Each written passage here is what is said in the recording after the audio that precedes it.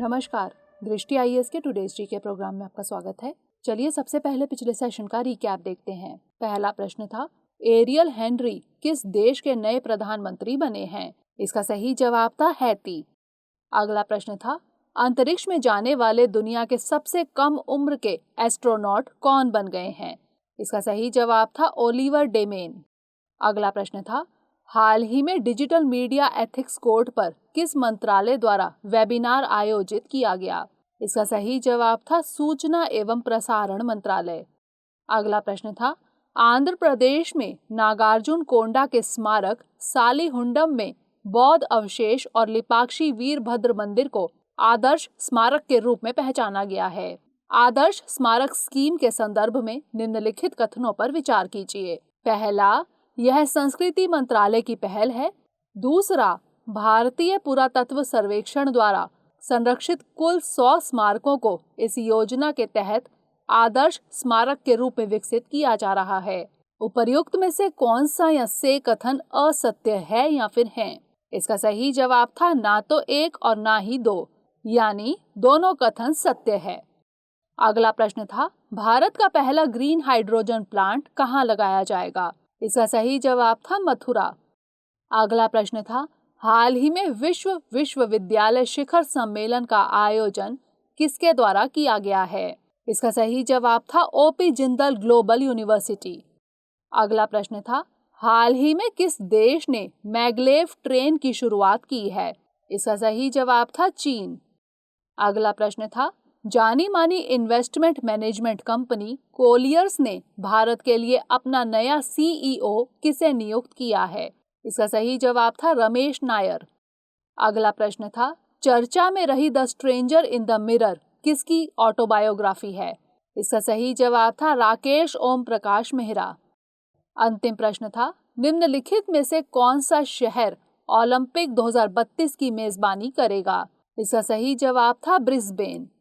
शुरुआत करते हैं आज के सेशन की। सबसे पहले देखेंगे अभ्यास प्रश्न। आईबीएम किस एयरपोर्ट पर एयरपोर्ट इन अ बॉक्स प्लेटफॉर्म स्थापित करेगा? केम्पेगौड़ा अंतर्राष्ट्रीय हवाई अड्डा, इंदिरा गांधी अंतर्राष्ट्रीय हवाई अड्डा, लाल बहादुर शास्त्री अंतर्राष्ट्रीय हवाई अड्डा या फिर विशाखापत्तनम अंतर्राष्ट्रीय हवाई अड्डा? इसका सही जवाब है ऑप्शन ए, केम्पेगौड़ा अंतर्राष्ट्रीय हवाई अड्डा। आईबीएम केम्पेगौड़ा अंतर्राष्ट्रीय हवाई अड्डा बेंगलुरु पर एक airport in a box platform स्थापित करेगा। इसके लिए आईबीएम और केम्पेगौड़ा अंतर्राष्ट्रीय हवाई अड्डा के operator Bangalore international airport limited के बीच समझौता हो गया है। एयरपोर्ट इन ए बॉक्स एक प्लेटफॉर्म है जो यात्रियों को एक बेहतर यात्रा अनुभव कराने के साथ साथ बेंगलोर इंटरनेशनल एयरपोर्ट लिमिटेड के कर्मचारियों की प्रोडक्टिविटी को भी बढ़ाएगा। तो इस तरह इस प्रश्न का सही जवाब है ऑप्शन ए, केम्पेगौड़ा अंतर्राष्ट्रीय हवाई अड्डा।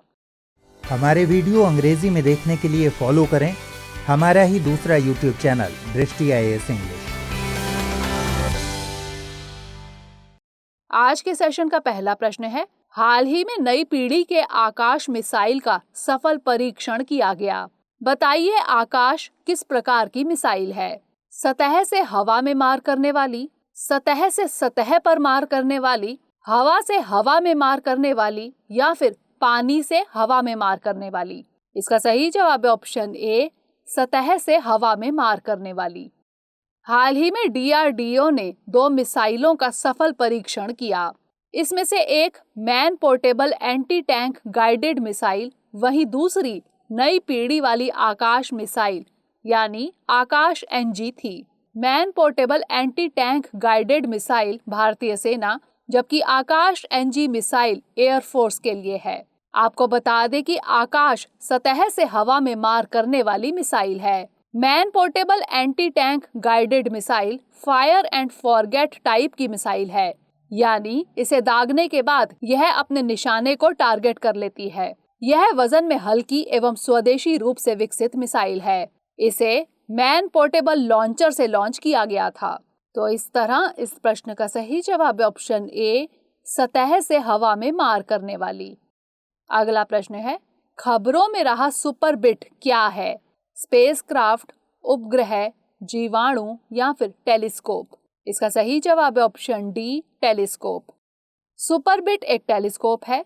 सुपरबिट यानी super pressure balloon bone imaging telescope को अगले साल ऊपरी वायुमंडल में भेजा जा सकता है। यह टेलीस्कोप पृथ्वी की सतह से 45 किलोमीटर ऊपर उड़ेगा और ब्रह्मांड की तस्वीरें लेगा। इसकी अनुमानित लागत $5 मिलियन है। कहा जा रहा है कि यह हब्बल टेलीस्कोप को रिप्लेस कर सकता है। आपको बता दें कि हब्बल टेलीस्कोप अपने अंतिम पड़ाव में चल रहा है। शुरुआत में इसे 10 वर्षों के लिए बनाया गया था, लेकिन यह लगभग 3 दशकों तक फोटो लेने में कामयाब रहा है। तो इस तरह इस प्रश्न का सही जवाब है ऑप्शन डी, टेलीस्कोप। अगला प्रश्न है, बीते दिनों मेकांग गंगा सहयोग की 11वीं बैठक हुई।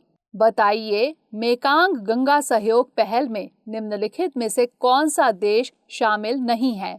भारत, नेपाल, कंबोडिया या फिर म्यांमार? इसका सही जवाब है ऑप्शन बी, नेपाल। हाल ही में मेकांग गंगा सहयोग की 11वीं बैठक हुई। इस बैठक को संबोधित करते हुए विदेश मंत्री श्री एस जयशंकर ने कोरोना वायरस महामारी से प्रभावी ढंग से निपटने के लिए सामूहिक और सहयोगात्मक प्रतिक्रिया का आह्वान किया। मेकांग गंगा सहयोग पहल की शुरुआत 2000 में की गई थी। इसमें कुल 6 देश Bharat, Cambodia, Myanmar, Thailand, Laos और वियतनाम है। इसका मकसद कनेक्टिविटी, पर्यटन और संस्कृति सहित कई क्षेत्रों में इन देशों के बीच सहयोग को बढ़ावा देना है। तो इस तरह इस प्रश्न का सही जवाब है ऑप्शन बी, नेपाल। अगला प्रश्न है, निम्नलिखित में से किसकी रिपोर्ट के मुताबिक पिछले 1 साल में भारत में लगभग 1.2 लाख वहीं विश्व में 10 लाख से अधिक बच्चे अनाथ हो गए हैं?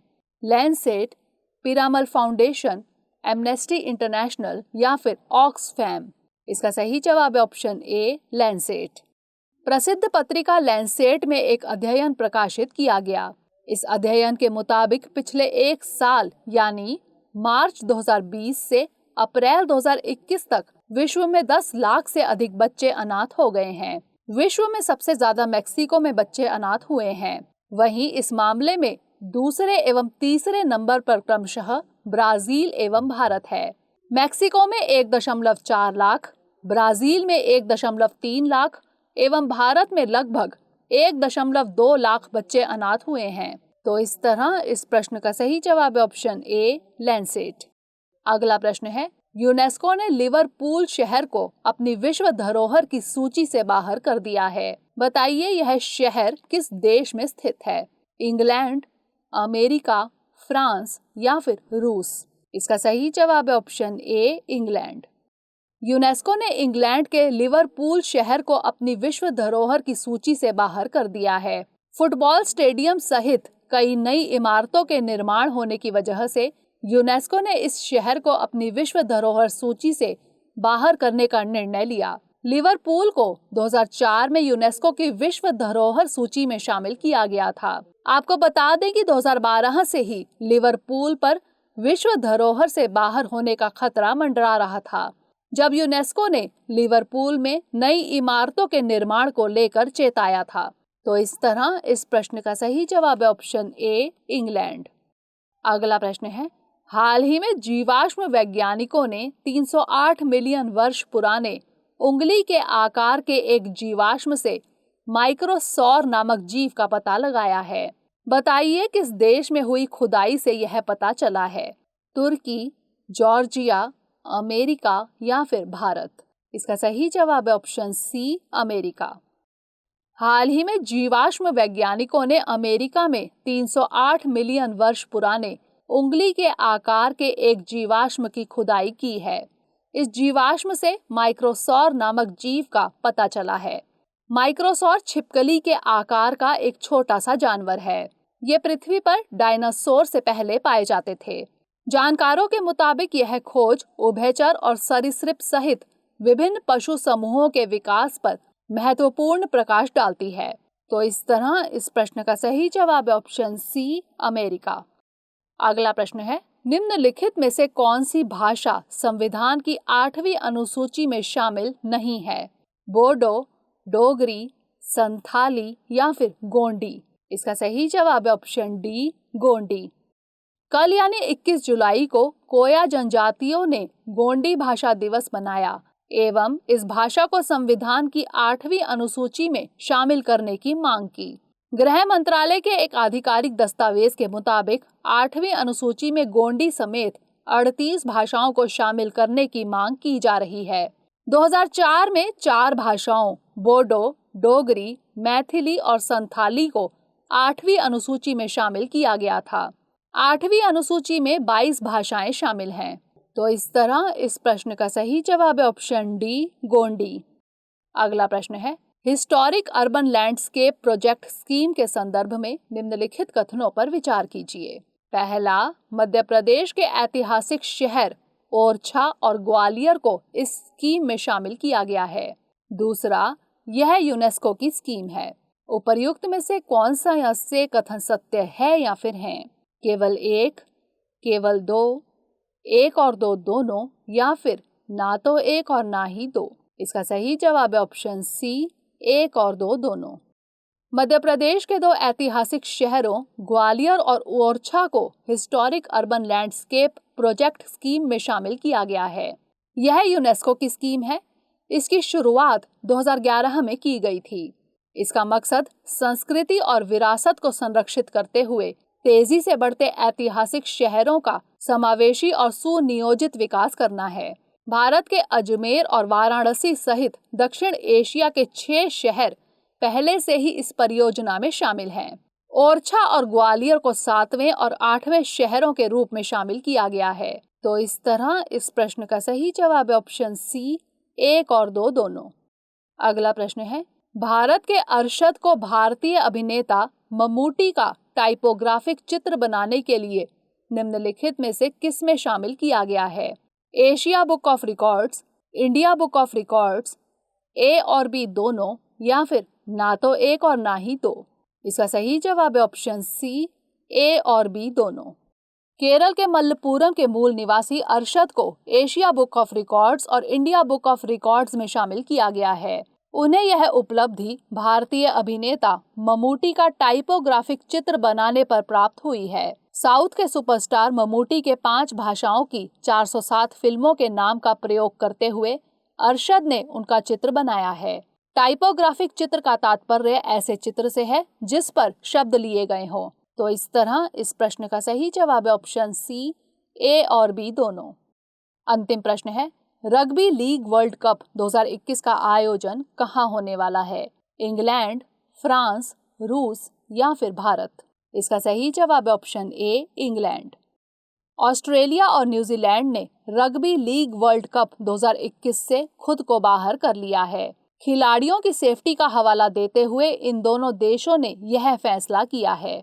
रग्बी लीग वर्ल्ड कप 2021 का आयोजन इंग्लैंड में होने वाला है। 23 अक्टूबर को इसकी शुरुआत होने वाली है एवं 27 नवंबर को इसका फाइनल है। तो इस तरह इस प्रश्न का सही जवाब है ऑप्शन ए, इंग्लैंड। अब नोट कर लेते हैं आज का अभ्यास प्रश्न। इन दिनों जलयुक्त शिवार अभियान सुर्खियों में है। बताइए यह किस राज्य में चलाया गया था?